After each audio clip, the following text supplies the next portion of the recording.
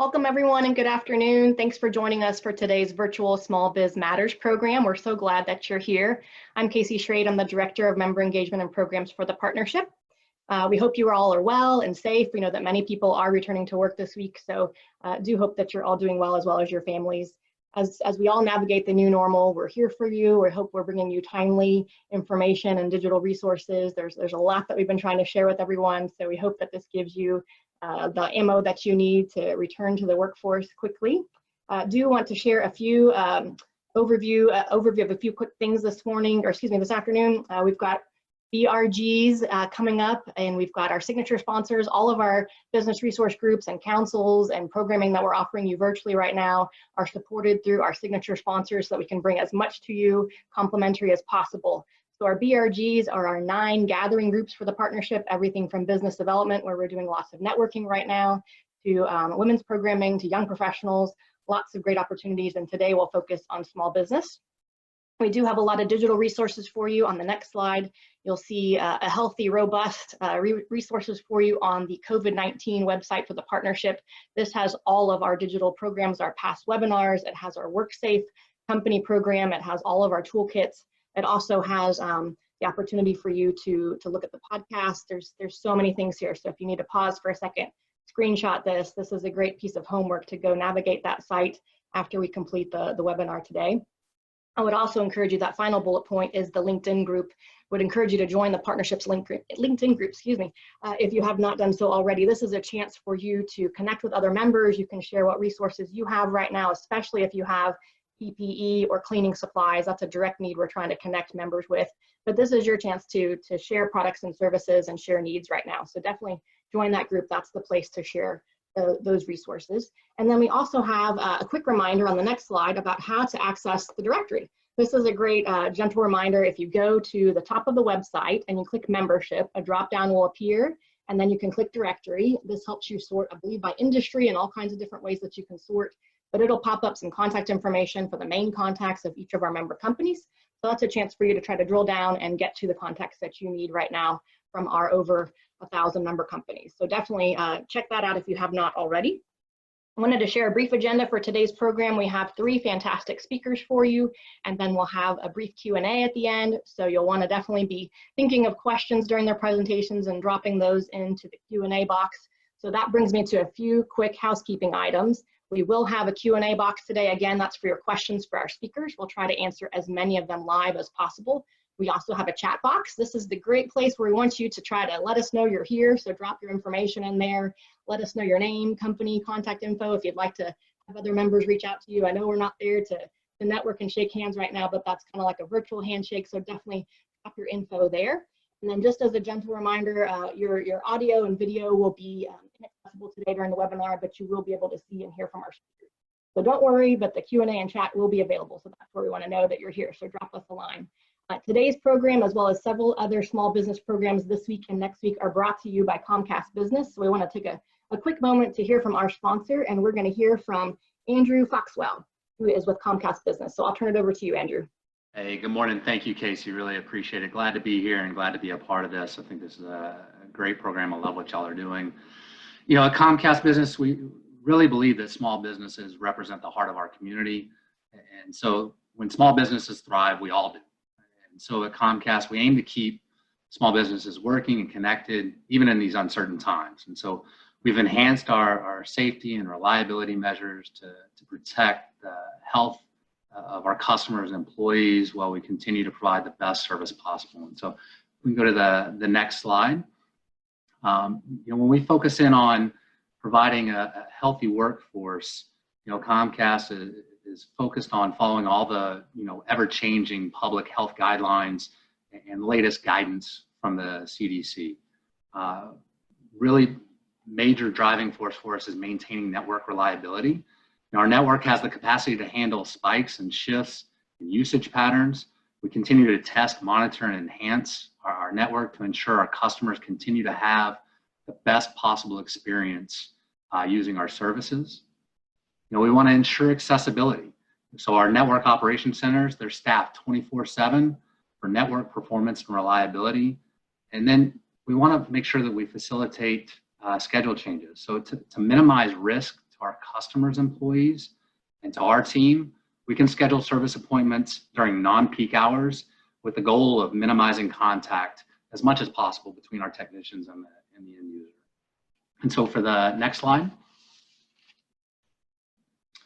you know, the major focus of what we provide to small businesses, you know, center around the reliable internet, right? So this is even more critical in today's new environment with the way businesses have had to shift in the way that they keep connected to each other and to their customers. So we constantly invest in our network to ensure the best possible experience for our customers. We go a step further by providing each of our small business customers with an LTE backup that can keep your mission critical applications, such as a point of sale system, up and operational during a power or a service outage. You know, if you look back 20 years at Comcast, you probably thought of us as a cable TV provider, but nowadays we're known for being a fast broadband provider. And so we provide small businesses up to a gig speed of internet over our cable modem, or if you have much more robust network needs, we can provide up to 10 gigs of service that's symmetrical across our fiber network. And then even in today's world, as you're adjusting and shifting, there's more need to leverage, you know, cloud-based technology to keep connected, much in the way that we're running this meeting here today, right? So being able to provide telephone service and different applications to businesses as they have their employees work remotely is vital. And so, you know, again, just really thankful to be here and to be able to be a part of this. Again, my name is Andrew Foxwell. I'm the field sales director here in Houston. I've been with Comcast for 8 years. More than happy to help out with any needs or any questions that you may have. So by all means, please take down the contact information. And as you know, your business continues to adjust and evolve during this time, feel free to reach out with anything technology related. I'll be more than happy to connect you to who can help. But thank you very much. And Casey, back to you. Thanks so much, Andrew. I feel like we're like news anchors today. And I'm tongue-tied today, so y'all have to bear with me. But thank you, Andrew. I know Comcast is up to great things trying to keep everybody connected at fast speeds here with everybody working remotely. So thank you so much. So we're gonna tee off our first speaker here, Richard Gianni, and bear with me, everybody. I'm gonna read Richard's fantastic bio. So I've got my glasses on. The more you're on these webinars, right, the more we've got to wear our glasses. So Richard Gianni joined LiftFund in April 2014. He has over 44 years of vast retail financial services experience from community and regional banks and community development financial institutions such as LiftFund across East Texas. Throughout his career, Richard has held many management roles, culminating in his retirement from Wells Fargo Bank as Regional Banking Area President, where he directed the efforts of 570 team members. Experienced in counseling entrepreneurs, he has continued his investment and leadership in the community by joining LiftFund, initially servicing economically underdeveloped communities throughout the greater Houston area and helping small business owners reach their financial goals. As the Senior Executive Vice President, he's in charge of micro-lending for LiftFund, and he now leads the micro-lending efforts and implements programs to enhance LiftFund's presence through its 13-state footprint. 13 states, guys. Over the years, Mr. Gianni has served on numerous boards, including Target Hunger, serving as their fundraising chairman for 3 years. He also served as the president for the Museum District Business Alliance for 4 years, and as a member for the Good Neighbor Healthcare Center Board and the Houston Community College School of Banking Advisory Board. You're a very busy man. I'm sure you're caffeinating a lot, Richard. We're excited to turn the program over to you and hear your insight. Thanks so much. Well, thank you so much, Casey, and good afternoon to everybody. And, you know, obviously we are not together in this new world. We're doing a lot of things virtually, so it's difficult to extend a warm physical handshake, but we can certainly extend a virtual handshake to everybody who is listening to this program. And definitely want to thank Casey and her team for putting this together. It's a very thoughtful subject today. As you all know, we are living through unprecedented times. History is being made as we battle this virus and try to figure out also what to do to battle the economic hardships that are coming out of this, especially for so many small businesses across the national footprint and arguably across the global footprint as well. And so LiftFund has leaned into this in a big way. And who is LiftFund?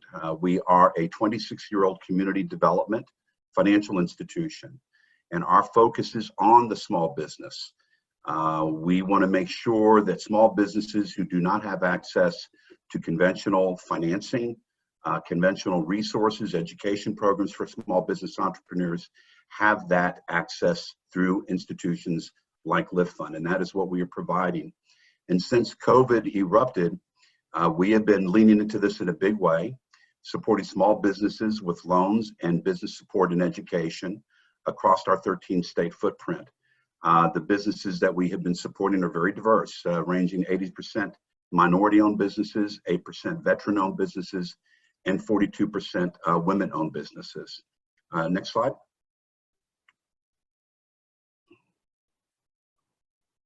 The next one. And since COVID struck, it seems like forever, but it's only been about 2 months since the national disaster was declared, about 2.5, 3 months. We have been providing small business loans and business support, again, to a number of businesses across our 13-state footprint. And since about the 21st of March, have already funded over 800 small businesses with relief loans and PPP loans totaling over $23 million. And then in addition to that, we have also been providing small business grants to small businesses as well, having funded over $1.6 million in small business grants to 190 businesses to this point.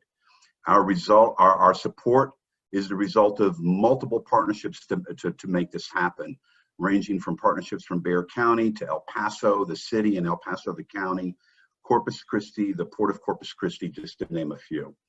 Next slide. Want to talk a little bit about the SBA's Paycheck Protection Program, probably one of the most innovative programs the SBA has come out with in terms of addressing disasters. And as we all know, this disaster is unlike any natural disaster. We don't have defined endpoints or anything like that at this point with this. And so one of the great components of the PPP program was to do what it is designed to do, and that's save payrolls for businesses of all sizes, as well as small businesses. It's a great program. CDFIs are able to offer this program as well if they are certified SBA lenders. The program is simple in nature. It's a 1% interest rate. Payments are deferred for 6 months. There is a loan forgiveness component on qualifying expenses under this program.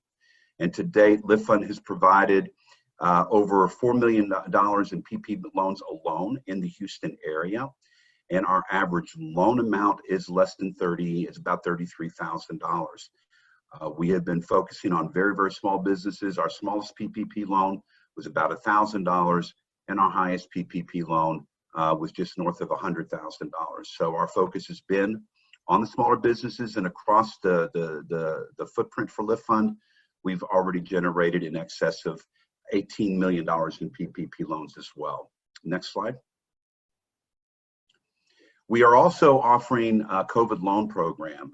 COVID loan program through LiftFund goes up to $50,000, potentially at 0% interest, where we have the partnership funding in place to buy that interest down to 0%, and where we have the capital partnerships in place to do that.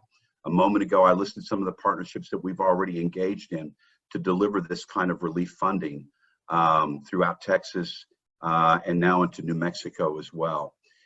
We offer a 4-month deferment period for that first payment to give small businesses the opportunity to stabilize. And then, of course, as I mentioned, the interest rate is very favorable. In many cases where we can get funding, we try to offer that at 0%. Next slide. Equally important to capital is education and having a sense of where to go for resources. With the capital, but without necessarily the education, what is it that you're going to do with this capital? How do you leverage it? As I said a moment ago, this disaster doesn't have a defined end date. I think businesses are going to be struggling to recover and remain viable well beyond whatever is determined to be the final end date for the COVID virus. We offer a variety of webinars through our website as well, and the link is here to go to learn more about different web events that we have coming up that provide timely content, timely information regarding resources, as those things are constantly being updated. We also provide one-on-one business advice, whether it's through our business development officers or through virtual interactions with our business support team in San Antonio. We can provide individualized support, share resources, etc. And again, to connect with a business advisor, just simply send us an email to the business center at liftfund.com. And so if you can do a screenshot of this to capture these links, that would be great. Next. And then our business support services also offer online learning platforms called Initiate. It's an online library of videos and tutorials around three main topics: money, management, and marketing, that business owners can access at no cost. So if you think about money as being capital and the access to that capital, you're going to find engaging information there in terms of how to better prepare yourselves to go out and seek those loans and find the right ways to leverage that capital in your business. Management is about the business acumen needed to run businesses.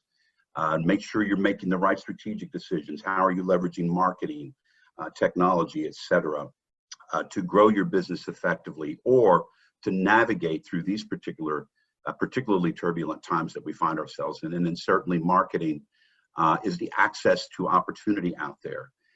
As you're working through the current issues, the current crisis, how are you reinventing yourself to go after different types of business? We see examples of this with restaurants doing curbside service now, or engaging in some form of patio environment where you can do safe social distancing so that they can keep their business alive and functioning during this period. You can go to the initiateprosperity.org link that is here if you want to do a screenshot of this to learn more about the Initiate online learning platform. Next.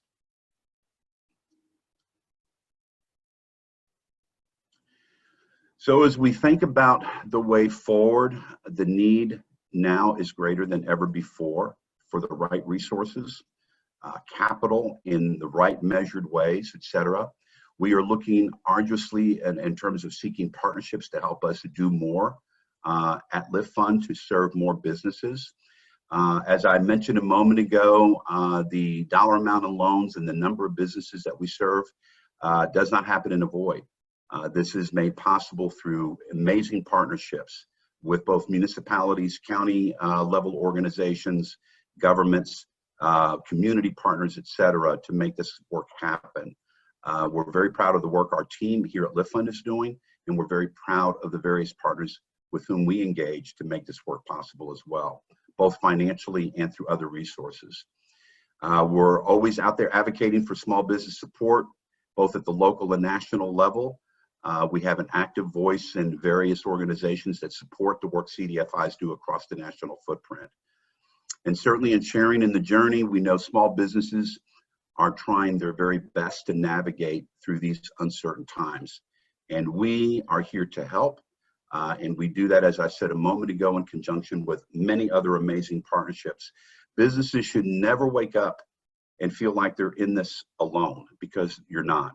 It may feel that way, it may seem like that, but I can say with clear certainty that there are a lot of people that are engaged with you head on and have an amazing vested interest, amazingly high vested interest, to make sure every single small business out there makes it through this, succeeds, brings their people back to work, and continues to contribute to the local communities in which they operate. Next. And so this is just a brief screenshot of various partners with whom we work that we are very proud to be associated with, that provide both funding in terms of capital, other types of resources that we need to be effective in the work we do with our small businesses. And we're very, very appreciative of that support and very proud to be aligned with them. Next. So we are always asking the community at large, come join us on this mission and help us serve more small businesses in our community. They are our lifeblood. And for anyone that would have ever doubted that before COVID stepped in, as you think about the incredibly horrific statistics today in terms of unemployment, the vast majority of those millions of people now that we're hearing about out of jobs are coming from the small business sector. And so the work of a panelist group like this to get information out there becomes more important than ever, so that these businesses can reopen safely and bring some of those 32, 33 million people back into the workforce as quickly as possible. Next. So connect with us. You can do so at the liftfund.com website. Our 800 number is listed below as well.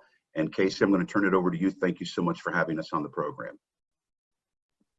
Thank you so much, Richard. I know we heard from Gianni Barrera, your main gal there a couple years ago, and it just blew me away. If people didn't know about LiftFund, I hope that they're finding you now and finding these resources. You're a fantastic organization to help the community. I know you and Linda Toyota are very active at the partnership, so thank you for all that you're doing to spread the word. And we really do hope that if this is not for you, audience, then it might be for someone that you know. So definitely screenshot this information. We'll pause for one more second.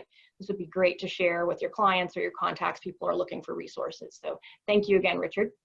Thank you. We're going to go on to our next speaker now. We've got a great lineup for you. Our next speaker is Jennifer Touchet. She leads the Center for Family Philanthropy, which helps donors ensure their philanthropic legacy, expand their impact, and create meaningful experiences as giving families. Here comes a tongue twister. Let's see how I do, Jennifer. She serves as the national chairperson of the Community Foundation Network for the National Center for Family Philanthropy. There, I got it. She also has served in various roles for the Greater Houston Community Foundation during times of crisis, including Hurricane Harvey and now COVID-19. She also leads the Next Gen Donor Institute for emerging philanthropists who want to learn how to maximize the impact of their giving and get further engaged in community efforts. She brings 25+ years of experience in the nonprofit and for-profit sector and was the managing partner and one of the founders of Houston's first certified B Corporation, New Living, Healthy Green Building and Home. She's a graduate of Duke University and University of Pennsylvania. Please help me welcome Jennifer. Hi, thank you. My name is Jennifer Touchet, and I'm representing Greater Houston Community Foundation. And just to give you a little bit of background on GHCF, we are a philanthropic hub for our community in good times and in times of crisis like these.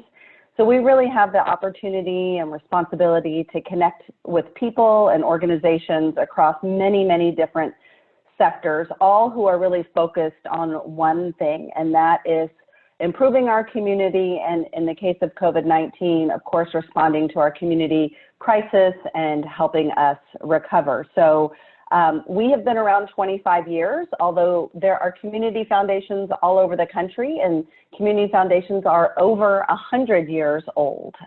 So community foundations have been around a long time to support many, many different types of philanthropic efforts to improve the community. We work with individuals, with families, and also with companies large and small, and would love to talk to some of you in the future about non-crisis work. But today, if you could go to the next slide, we're going to talk to you in particular about the Greater Houston COVID-19 Recovery Fund. Some of you may remember that after Hurricane Harvey, our community foundation managed the Hurricane Harvey Relief Fund, and we are now managing the Greater Houston COVID-19 Recovery Fund in partnership with the United Way of Greater Houston, along with several other initiatives that are really focused on the immediate needs and getting help to those who are suffering most during this crisis. So if you'll go to the next fund, or the next slide. So the purpose of our recovery fund is written there. I know it's a little small, but it is a joint fund with us and the United Way of Greater Houston. And its purpose is to really serve the region's most vulnerable neighbors impacted by COVID-19 through local nonprofit organizations. So we are passing through the dollars that we've raised to nonprofits who are really on the front lines in our community, helping people make it through these times. So we are planning to fill gaps that protect the most vulnerable populations, like low-income individuals, families, seniors, and those who have suffered most from COVID-19. And our fund in particular is focused in 4 counties: Harris, Fort Bend, Montgomery, and Waller County, and those are listed there. Next slide, please. The governance of the fund, we have an advisory task force, which is made up of community leaders and board members, both from, and actually Bob Harvey from Greater Houston Partnership, but from United Way and Greater Houston Community Foundation. You can see the list of our task force there who is overseeing the mission and vision of the committee. And then we have a grants committee, which is really made up of professional grant makers who do this day in and day out in the community, both from United Way, Houston Endowment, Greater Houston Community Foundation, and actually we've added some from Arnold Ventures as well. So a great group of people really overseeing the philanthropic efforts in our community. Next slide, please. So to date, we have, we're actually a little bit higher than this now, but about $14 million we've raised. Just so for point of comparison, the Hurricane Harvey Relief Fund, which was the philanthropic fund, was $114 million. That's because the spotlight was on Houston. It was a localized disaster. Of course, there were several other hurricanes right after that. But in the instance of COVID-19, because it really is a global pandemic, we're not going to see the kinds of dollars that were poured into our community really from all over the world after Hurricane Harvey. That being said, we're excited that we were able to raise $14 million and quickly deploy as much of that as possible into the community. So we had a round of grants that went out several weeks ago, I think April 15th. We granted out $2.2 million, and the focus area for that initial round of grants was food assistance. I'm sure some of you have seen on the news some of the lines at food pantries, and Houston Food Bank is really doing an amazing job getting food out into the community to people who need it. Emergency financial assistance, rental assistance, some counseling on housing, eviction prevention, legal services, homelessness and homelessness prevention, and also really focusing on disproportionately impacted communities. We are in the middle of reviewing a second round of grants right now that will be going out soon in the next couple of weeks to about 60 other nonprofits. If you'll go to the next slide, and that round is going to be closer to 6 or 7 million. The first round of grants, this again is small. If you want to take a screenshot, or you can go to our website, you can see the list of about 30 nonprofits that received the first round of grants. We also did an interim round May 7th for domestic violence and some other healthcare organizations in the middle, and we'll be granting out between 6 and 7 million in the next couple of weeks. So next slide. Excuse me. So we're going to navigate to the Greater Houston Recovery website. One of the things that's really important and a role that we serve at the Community Foundation, not only to deploy dollars, but to also bring data and information so that companies, our governmental entities, individuals, families, people can make data-informed decisions about where the needs are, what are the most pressing needs, what's happening on the front line. So some of that data we have here on our Greater Houston COVID-19 Recovery Fund. You'll find on this website a list of all of the grantees. If you want to donate to the fund, we are still accepting funds. But what we thought what might be helpful to show everyone today is you'll see on the top we have a nonprofit needs dashboard. So right when everything shut down, we actually reached out to all of the nonprofits who were recipients of the Hurricane Harvey Relief Fund, who are really part of the disaster recovery infrastructure, to find out how they were doing, if they were still able to operate, what their needs were. And we put together, and that survey was open for about 2 weeks. And we put together, you'll see there are 76 organizations that initially replied to our outreach, and we have published a report, and there's a lot of data on our website here. You'll see under the tab that says Organization Summary, which is 3 tabs over. She's clicking to it now. There's a drop-down menu on the left where you will be able to click on different nonprofits and get information about what their needs are. In addition to this initial outreach effort, so we could really be informed about what was happening on the ground, You'll see on the top right of the navigation bar, it says COVID-19 Nonprofit Inquiry Form. This, there are hundreds and hundreds of nonprofits operating in our community, so this was an additional way that we could get information directly from nonprofits. That is still open. We have had over 300 nonprofits fill out this form and give us data and information about what they're seeing in the community, what their needs are. And of course, we won't be able to fund all of them, but we are pushing this data out to funders, to the community, collecting that information so that we really have a sense of what the needs are in the ground. Because as you all know, nonprofits are really on the front lines of responding to people who have been impacted in the COVID crisis. So feel free to go explore the website. You can get a lot of information there about ways to get involved and to see who we're granting to. And I'm going to let her navigate back to my presentation. The next slide. So just what are we hearing? What are the community needs? As of May 1st, some of you all probably know that the United Way runs a 211 helpline. They had received over 60,000 calls from the community, 24,000 for rent assistance, 13,400 for utility assistance, and almost 12,000 for food assistance. So there's really incredible need out into the community, and the United Way 211 line is only one place where people are calling, and we know that the needs are greater than even that.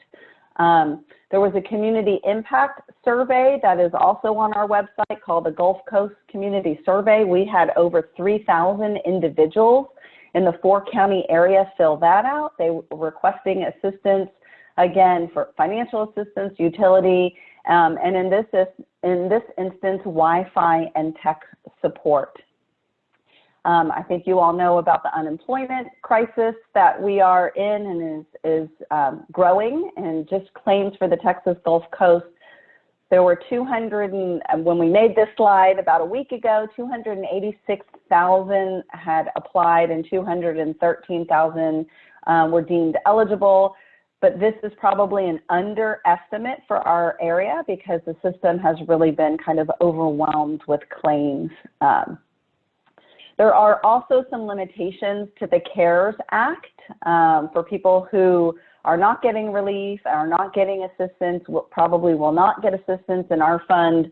While it's great that we have 14 million, we'll be focusing on the most vulnerable who may not qualify for the kinds of assistance that we see coming out of our various governmental entities, in particular undocumented and mixed status families. So families where maybe one person is a legal resident and another person isn't. They're left out of the CARES Act support. And as you all know, in our community, that represents a lot of people here in the greater Houston area, and generally a lot of non-traditional workers, so gig workers, have had a lot, we've heard, have had a lot of difficulty accessing the benefits of the CARES Act. So next slide.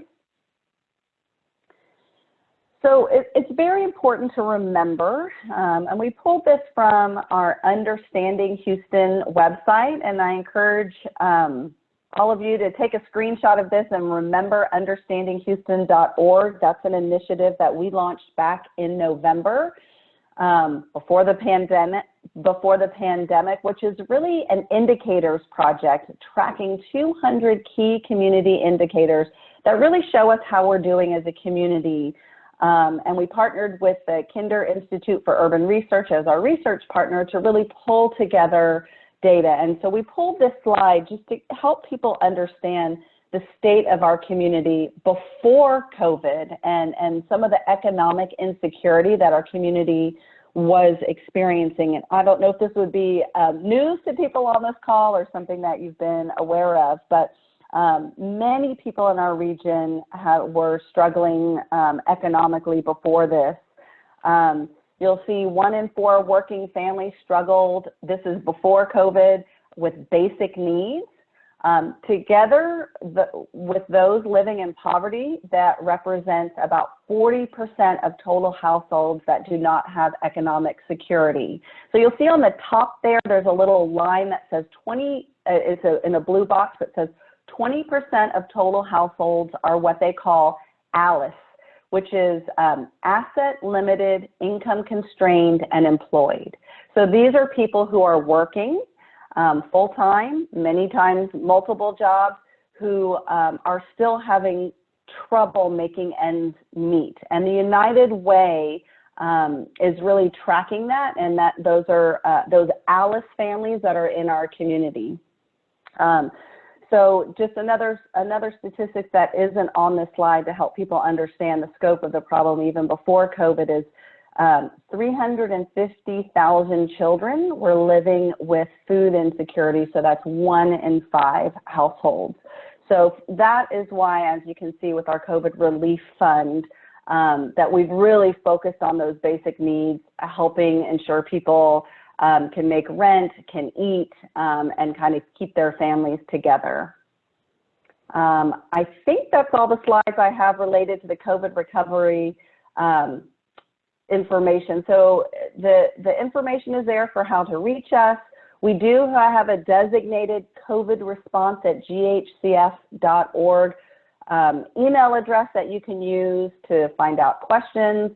If you are involved in nonprofits and they haven't filled out the survey, feel free to send them to our COVID relief website to fill that out. And I'll be here answering questions after my time.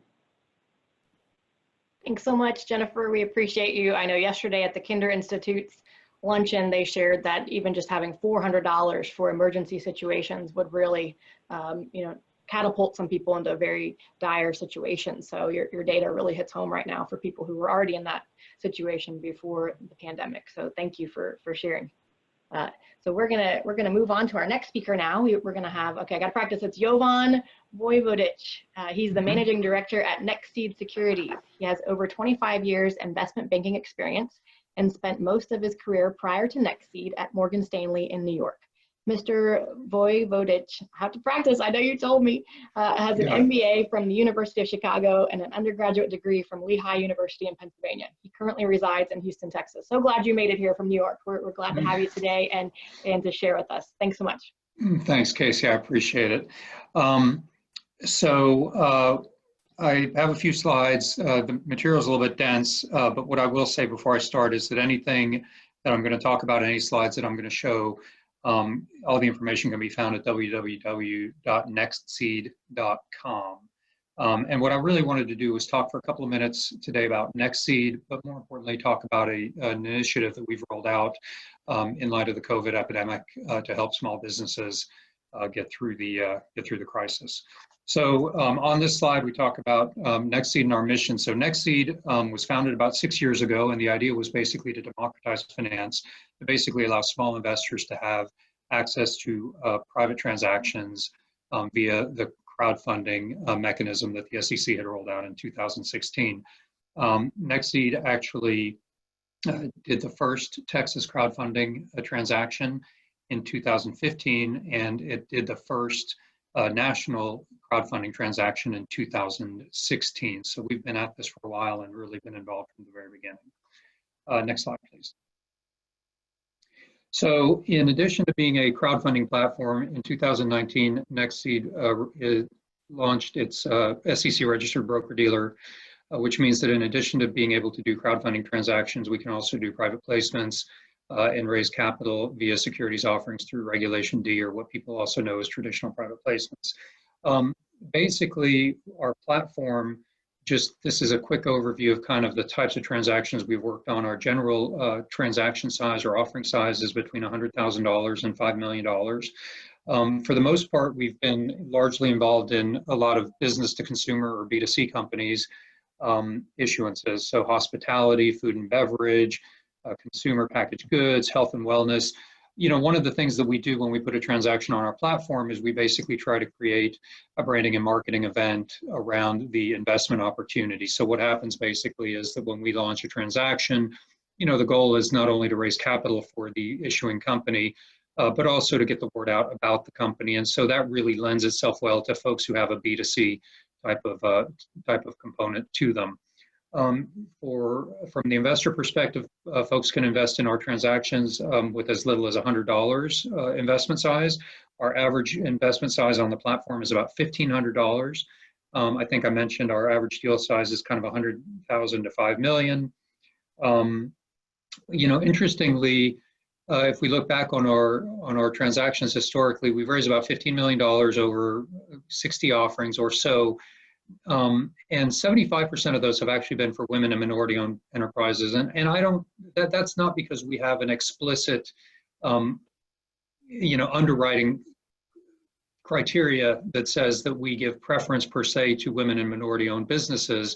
But I think what's happened is that when you think about the traditional ways that financing comes together for a lot of businesses, it's oftentimes the women and minority-owned businesses that are most shut out of the traditional bank lending and other vehicles for raising capital. And so, as it's turned out, we've actually been a very significant player in that, to that demographic. The other thing I would say, just kind of in terms of where we are now, our market is still open. While there's clearly some slowing of investment capital available, we launched a transaction about 3 weeks ago for a company called Authentically American. It's basically an American-made or manufactured apparel company here in the States. They were looking to raise $500,000. As of, I think this morning when I checked, they had raised about $450,000.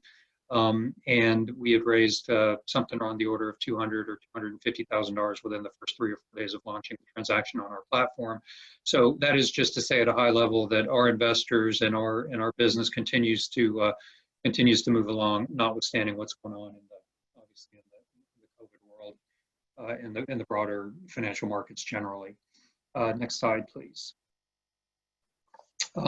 What I really wanted to talk today about was what we're calling our community bridge notes. And obviously, given our involvement with local small businesses, it was very clear to us, that these businesses were going to be disproportionately affected by the social distancing and the stay-at-home orders that were in place, and that there were going to be a lot of businesses who, heretofore had been very profitable, very successful, small businesses, we're really going to be at risk with regard to the ability, honestly, to stay alive, given the liquidity constraints, the fact that their cash flow from ongoing business was drying up in the current environment. And we're going to need to find access to liquidity, really, in order to survive and bridge the gap.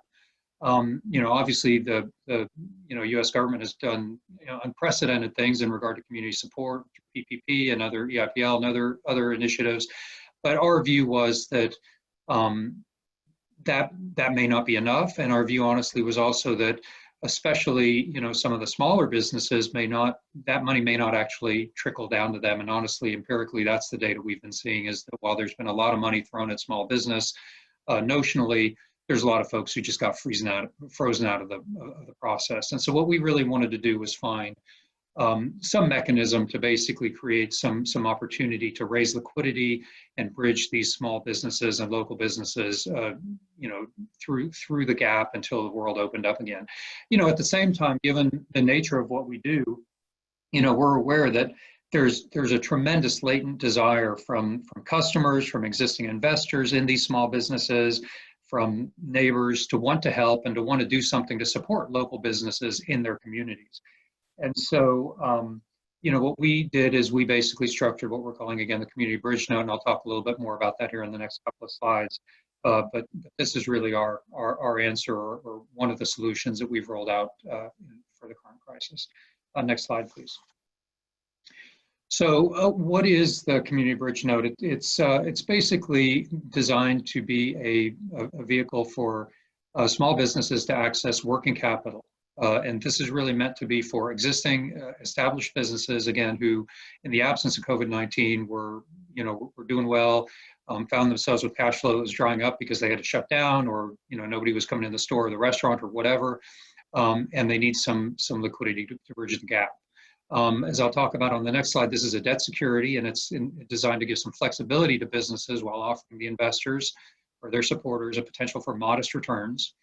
And again, this is really not for new businesses. This is an opportunity to support previously established and proven businesses that have been adversely affected by COVID-19. Who's it for? It's for businesses of all industries and sizes who need working capital to weather the financial crisis. And from our perspective, we're indifferent as to whether they've already applied for or received other relief programs. This is open to everybody, irrespective of that. What it is, though, is again, it's for businesses who had either profitability, revenue, strong franchises, or could show a definitive path to getting there, and had been in operation for at least 90 days prior to the declaration of the national emergency in March of 2020. What is it not? It's not growth capital for expansion or launch of existing or a new business. It's clearly not capital for restructuring the company or refinancing existing debt. This isn't intended to be a capital raise to go out and buy another company. This is really meant to be working capital to keep the lights on, to keep the employees paid, and basically to get the company or the issuing business over to the across the canyon to the other side when the world opens up and cash starts flowing again. From an investor perspective, this is not a donation, tax deductible or otherwise. We are facilitating the issuance of debt securities through our platform for the issuing businesses. And so again, people here, investors, people who want to support these businesses are buying securities. They're not making any kind of donation, tax deductible or otherwise. And finally, from the business perspective, this is not a secured loan, so there's no personal guarantees required on these notes. There's no liens, there's no security interest or mortgage or anything like that. This is basically an unsecured financing structured as a debt offering. Flip to the next page, thank you. So what are the investment terms? Basically, we've structured this as a revenue sharing note. And so effectively what a revenue sharing note means, and you'll see under the investment multiple, we talk about a 1.3 times multiple. What that really means is that for every dollar that the business borrows or raises through this program, they have 48 months or 4 years to repay $1.30, okay?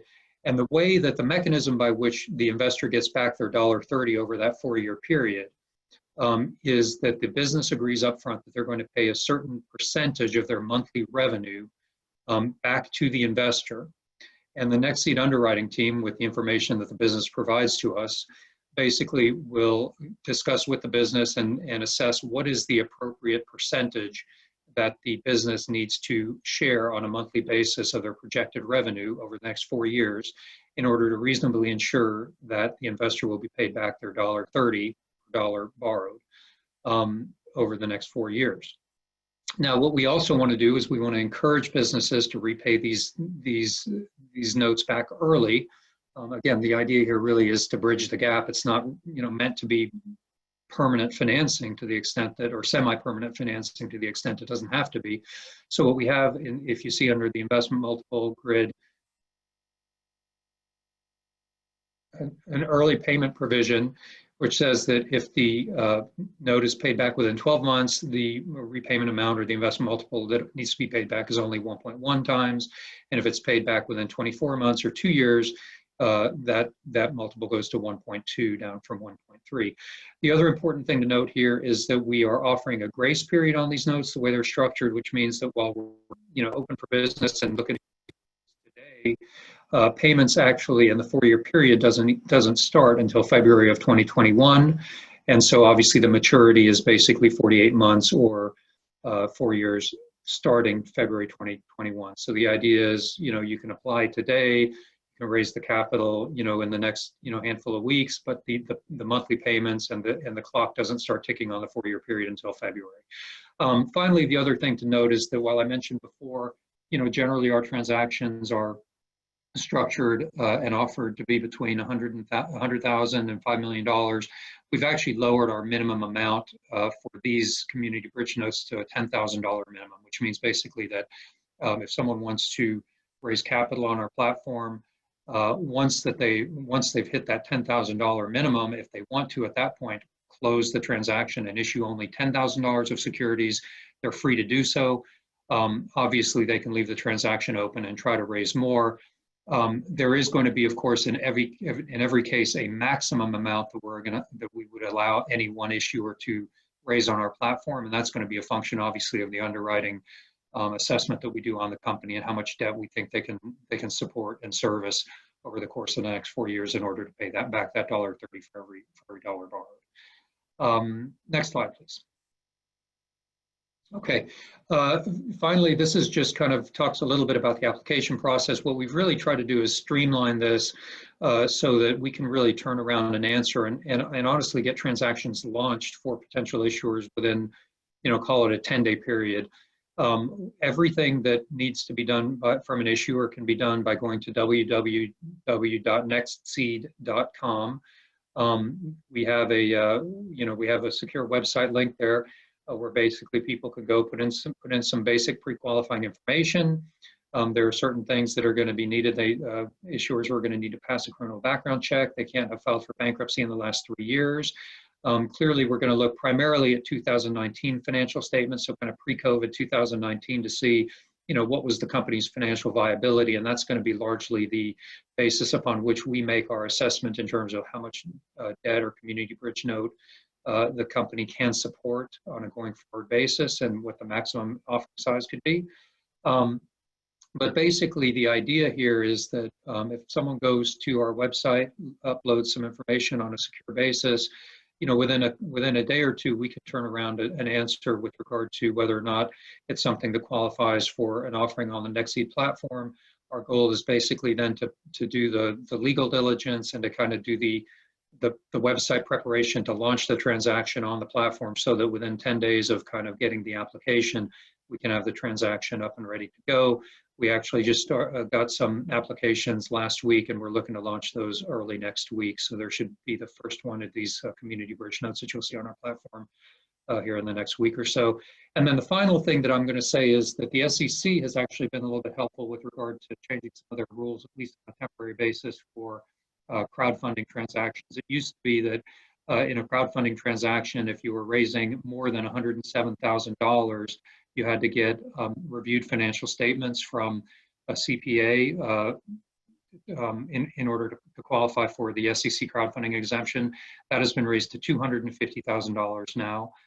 So basically, an issuer can raise up to $250,000 without needing reviewed financial statements. And then the other thing that the SEC has done is that it used to be that there was a minimum 3-week time that the transaction, once launched, had to be open before it could be closed. That has been narrowed or has been reduced now to 48 hours.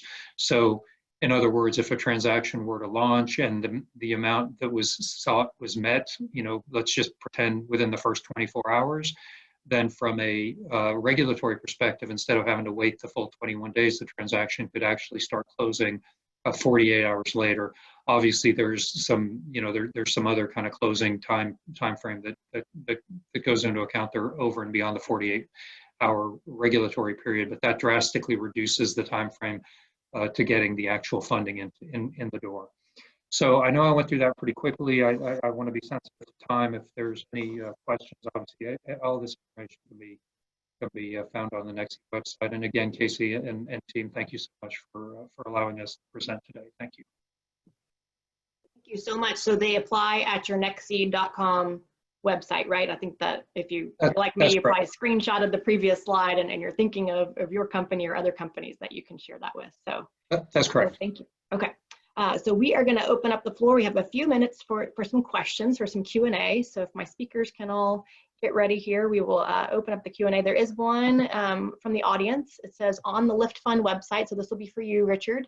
On the LiftFund website, it said that LiftFund COVID fund was out of money. Is that true? So it is at the moment. We're still trying to raise more funds for it. We've gone through a lot of capital in a very short period of time. We have opened up additional funding down in Corpus Christi, for example, and in the 2 counties that make up Corpus Christi, Nueces County, and San Patricio, but we're still trying to raise funds here within the city to do COVID-19 lending here. Yeah, it's been probably one of the most challenging periods for us in terms of funding out at these rapid rates to keep up with capital needs. Thank you. And I think a lot of times from small businesses, we're hearing they prefer grants over loans. Anybody have an opinion to weigh in on that? I know, loans always get that sticky payback period, but grants are obviously more popular. But anybody want to weigh in what you're hearing? Yeah, I mean, I'm hearing the same thing. This is Jovan. I'm hearing the same thing. Obviously, to the extent that grants are available, by all means, it's certainly a lower cost of capital, and it certainly comes with less strings, attached to it.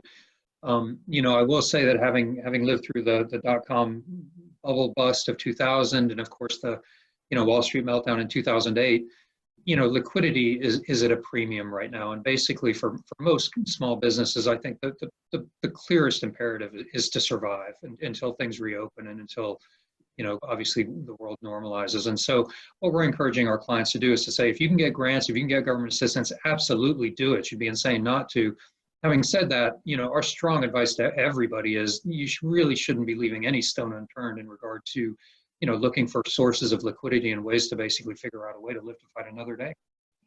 And I would just echo on that too, the sense that you really want to be sure you're working with someone that you trust, that has a trusted position in the community as well. And so absolutely, if you can get grant money, because we have also deployed grant dollars, they go very, very fast. But to the extent that you can acquire low cost, if that no cost debt capital as well, if it makes sense to do so, then you should do so as well in order to get your business back on firm footing. Thank you. And then Jennifer, I have one for you. Thinking ahead on one of your slides, I made a note. How can businesses connect to respond to the nonprofits' needs? Are they able, if they look at that website that you shared, are they able to reach out if they have any resources for those particular nonprofits, or should they reach out to you and kind of make those connections? Yeah, so depending on what they have to share, if there are, if there's dollars that you want to share and you want to give to the COVID fund, that's one way, and we're always shifting the needs, but the list of grantees, if there's dollars you want to share, the list of grantees on our website, those are organizations that we have vetted, that are tracking things. In terms of, I know the food bank has plenty of food, we've heard. So labor, so right now, food drives and those kinds of things sometimes that's one way people like to respond with products like that. That's not something that's generally needed. The food supply chain is good, but the food bank is going to be needing labor, and they're using social distancing and all of that. So there are some in-person volunteer opportunities that some organizations are needing.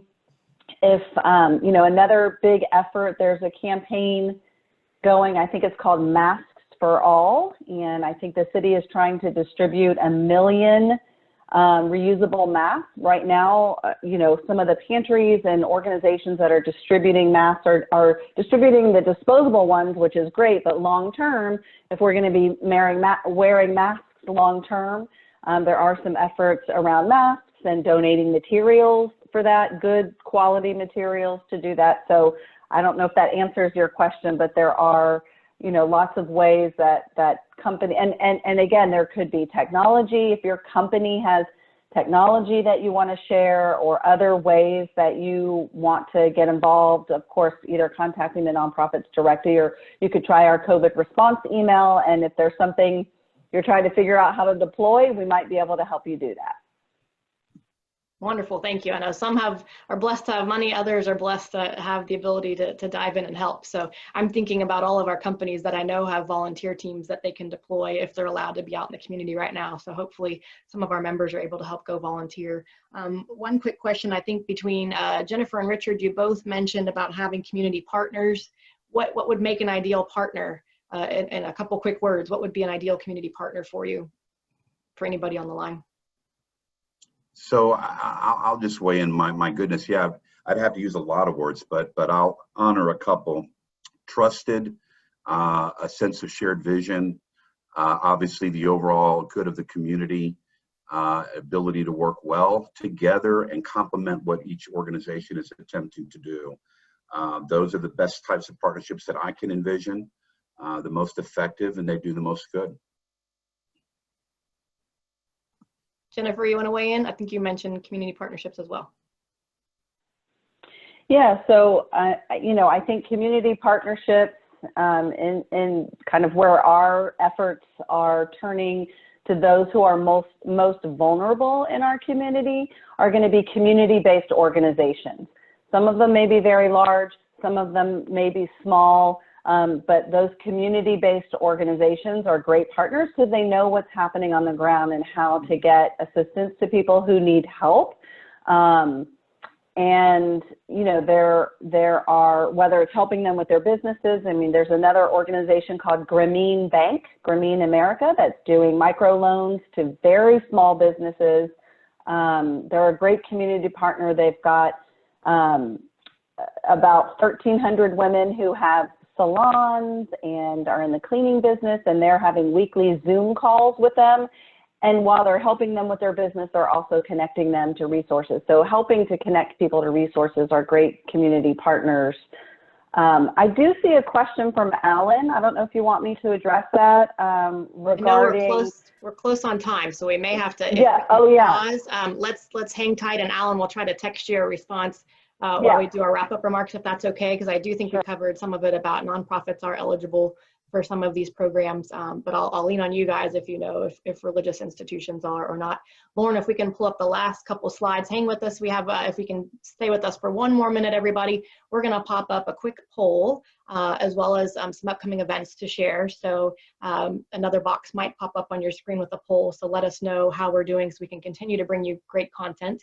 But you will see some upcoming events. We're trying to keep you guys busy, trying to give you lots of information here. So definitely, if you don't mind, click what you thought of today's webinar so we can continue to bring you great content.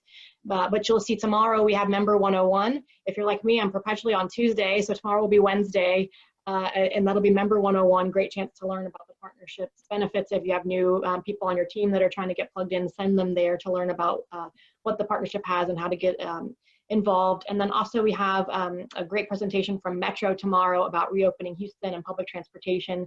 That'll be at noon tomorrow. And then we also have some great events this week, some more small business events. On Thursday, we'll have Ask the Experts. We're lining up a great group of speakers just like today, but it'll be an interactive coaching session. So you'll have a chance to go back and forth and ask questions live to the experts from a variety of small business organizations that I think will be great resources for you. And then on Friday, we have Coffee Talk networking. So it's a great chance to log in. Sorry, the time looks a little wrong when we cut and pasted it. It is not till 1 a.m. Sorry, should have said 10 a.m. I will not be awake at 1 a.m., but we'll have coffee from 9 to 10 a.m. Jump in, network with us. This is just totally unscripted, but we try to give you a couple questions and some fun things to do early in the morning. So join us for those. We're trying to do coffee and happy hours about every other week at least, where you can stay connected to everybody. And I think just keep checking back the Houston.org's events page for all the upcoming events. I think there's one more slide, Lauren, but if anybody has any extra questions, we'll try to hang here for about 1 more minute and we'll try to answer any last minute questions. But thank you all for tuning in today. Stay safe. We miss seeing you at Partnership Tower, and we hope you found this valuable today. And thank you again to all of our presenters, and thank you to Lauren behind the scenes. Have a great day, everybody.